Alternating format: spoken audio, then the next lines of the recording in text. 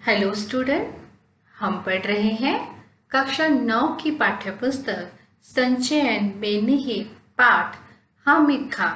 और आज हम देखेंगे इस पाठ का भाग दूसरा। पाठ 1 में हमने देखा था कि लेखक समाचार पत्र में प्रसिद्ध खबर के कारण काफी विचलित होते हैं और वह खबर थी कि तक्षशिला में आग जनी।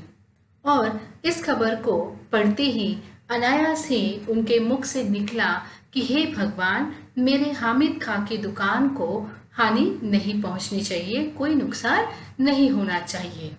और 2 साल पूर्व जब लेखक पाकिस्तान में तक्षशिला की यात्रा पर गए थे और वहां पर उनकी मुलाकात हामिद खां से हुई और उन्हें वो सारे बीते पल फिर से याद आने लगते हैं। तो चलिए आज हम देखते हैं इस पाठ का भाग दूसरा।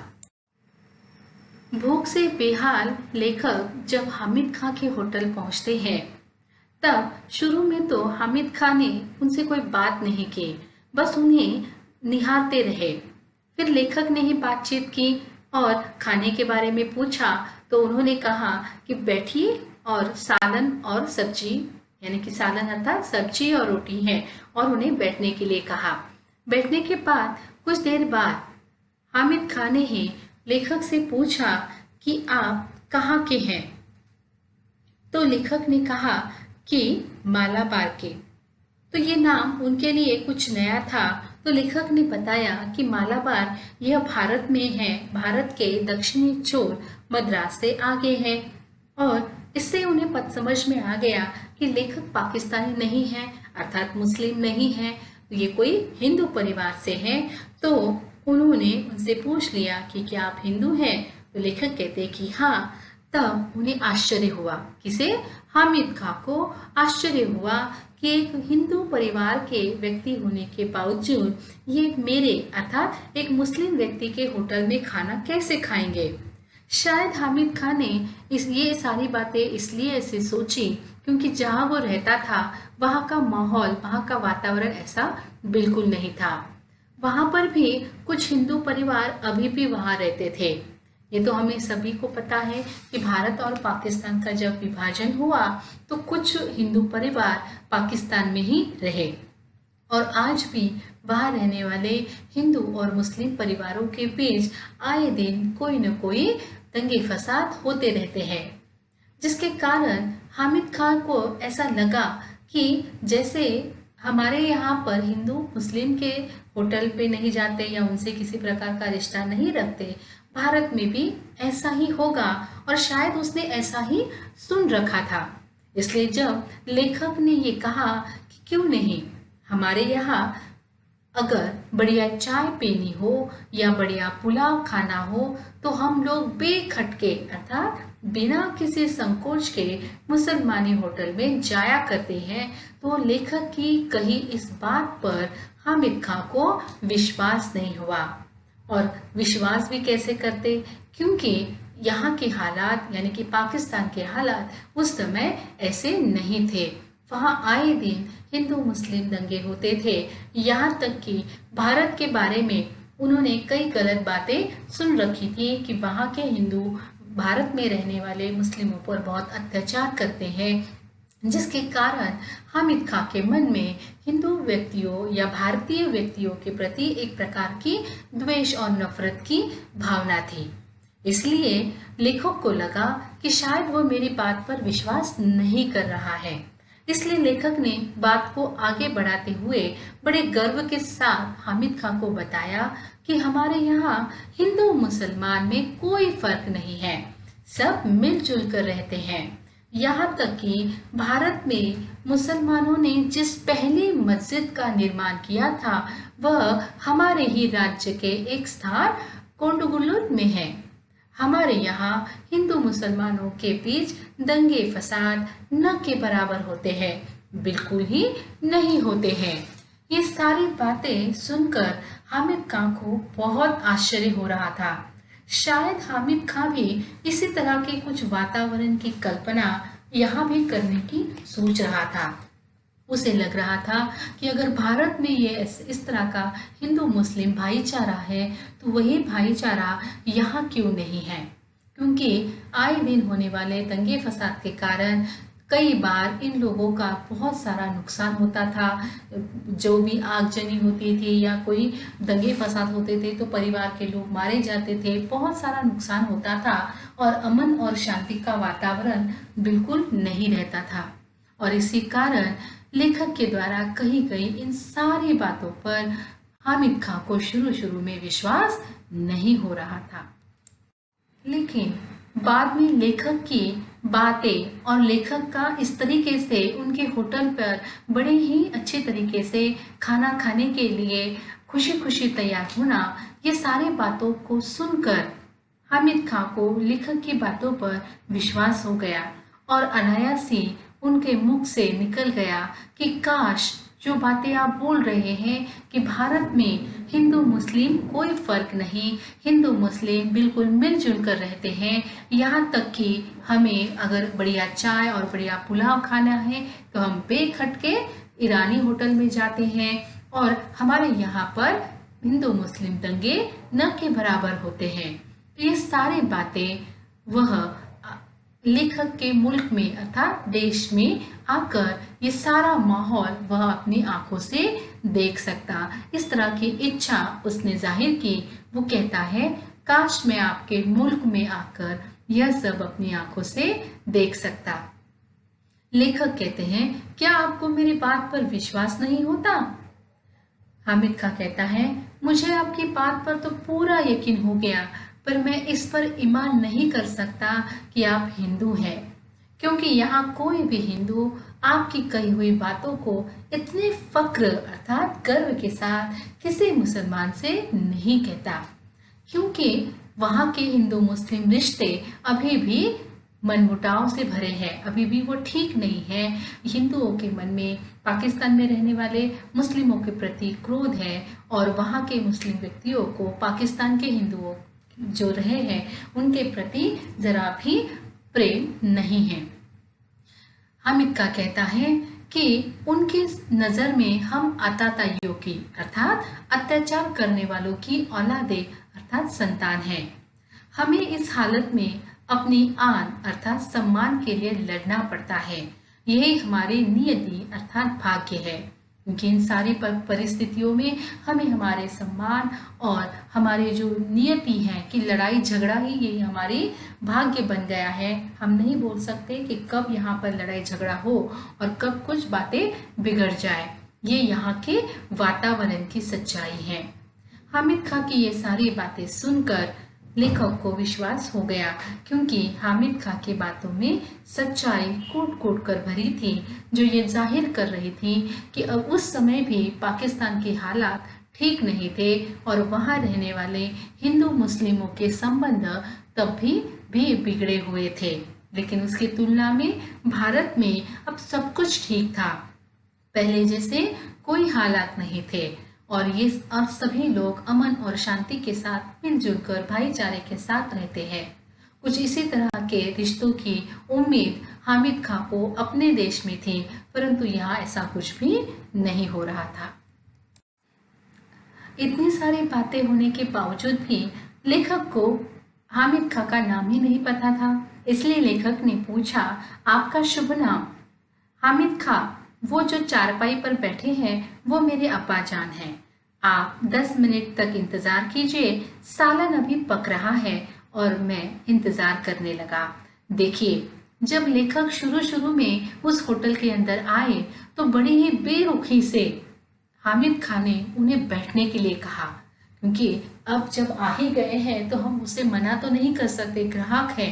परंतु शायद उस बेरुखी में ये था कि हामिद खां को एक हिंदू व्यक्ति का उनके होटल में आना पसंद नहीं आया। लेकिन इस बातचीत के दौरान दोनों के रिश्तों में एक अलग ही रूप ले लिया था।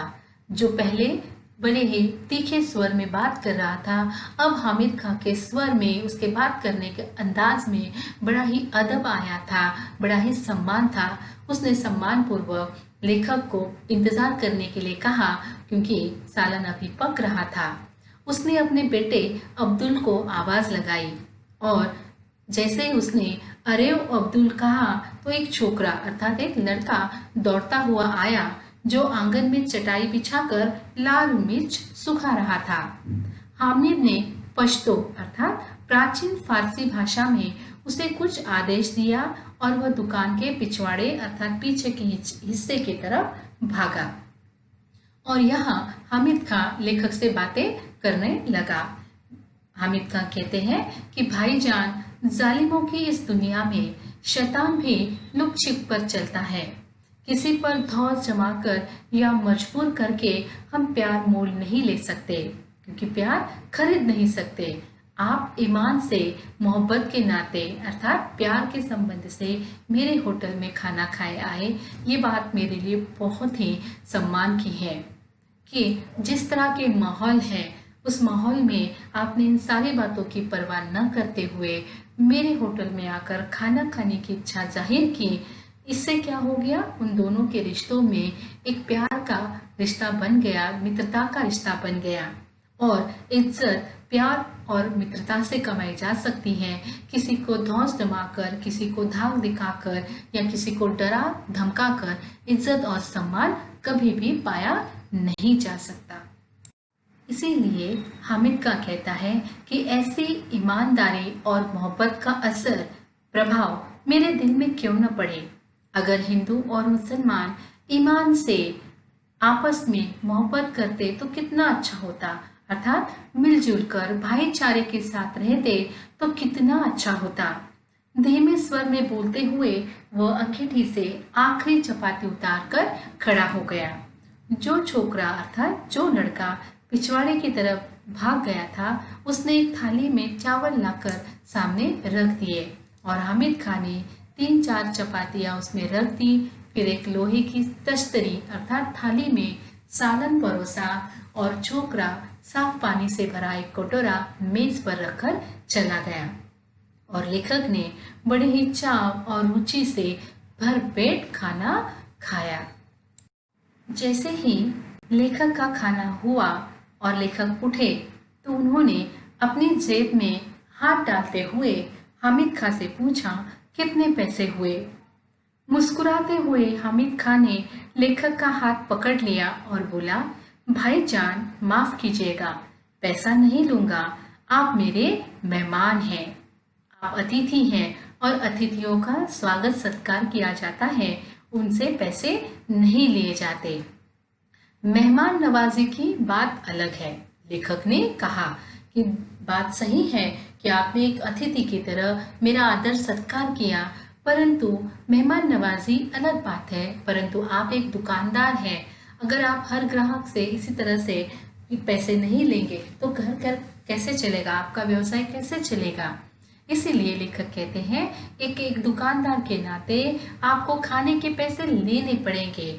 आपको मेरी मोहब्बत की कसम, आपको मेरे मित्रता की कसम। जब लेखक ने इस तरह की बात की तो हामिद खां ने 1 रुपए के नोट को लेखक ने हामिद खां की ओर बढ़ाया। वह सकुचा रहा था कि कैसे इस तरह से लेखक से पैसे ले, क्योंकि लेखक की बातों ने हामिद खां के दिल में एक खास जगह बना ली थी। अब अपने ऐसे मित्र से पैसे कैसे ले? उसने वह रुपया लेकर फिर से लेखक के ही हाथ में रख दिया। लेखक के द्वारा दिए पैसे को लेकर फिर उनके हाथों में वापस रखते हुए हामिद खां कहता है कि भाईजान, मैंने खाने के पैसे आपसे ले लिए, मगर मैं चाहता हूँ कि यह आप ही के हाथों में रहे और आप जब अपने देश पहुँचे तो किसी मुसलमानी होटल में जाकर इस पैसे से पुलाव खाए और तक्षशिला के भाई हामिद खां को याद करें। वहां से लौटकर तक्षशिला के खंडहरों की तरफ लेखक चले गए। उसके बाद लेखक ने फिर कभी हामिद खां को नहीं देखा, पर हामिद खां की वह आवाज, उसके साथ बिताए क्षणों की यादें आज भी ताजा है। उसकी वह मुस्कान आज भी लेखक के दिल में बसी हुई है और तक्षशिला के सांप्रदायिक दंगों की चिंगारियों की आग से अर्थात सांप्रदायिक दंगे अर्थात धर्मों के बीच, दो अलग अलग धर्मों के बीच होने वाले धार्मिक जो दंगे फसाद होते हैं उसे कहते हैं सांप्रदायिक दंगे। तो ये जो तक्षशिला में जो सांप्रदायिक दंगे हो रहे थे और उसकी चिंगारियों की आग में लेखक हामिद और उसकी वह दुकान जिसने मुझ भूखे को दोपहर में छाया और खाना देकर मेरी क्षुधा अर्थात भूख को संतुष्ट किया था, वह बची रहे, ऐसी प्रार्थना लेखक करते हैं। क्योंकि उनकी एक छोटी सी मुलाकात ने उन्हें हामिद खां जैसा एक अच्छा और सच्चा मित्र दिया था। भले ही एक मुस्लिम है और एक हिंदू है, परंतु दोनों के बीच वही भाईचारे का, मित्रता का रिश्ता बना और इसीलिए इसी रिश्ते के नाते लेखक को हामिद खां की और उसके परिवार की फिक्र हो रही थी, जिसके तहत वह इतने बेचैन हो उठे थे जब उन्होंने तक्षशिला में आगजनी की खबर पढ़ी।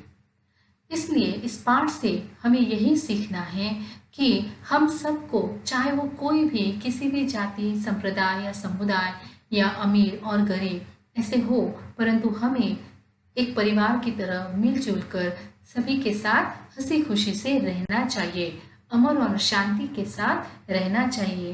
तभी हमारे देश में सुख और शांति बनी रहेगी।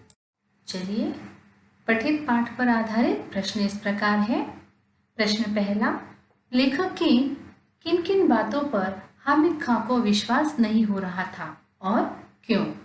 प्रश्न दो, काश मैं आपके मुल्क में आकर यह सब अपनी आंखों से देख सकता, हामिद ने ऐसा क्यों कहा? प्रश्न तीन, मालाबार यह जगह भारत में कहाँ है? यहाँ के हिंदू मुसलमानों के परस्पर संबंधों को अपने शब्दों में लिखिए। प्रश्न चार, हामिद खां ने खाने का पैसा लेने से इनकार क्यों किया?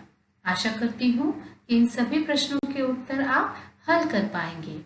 धन्यवाद।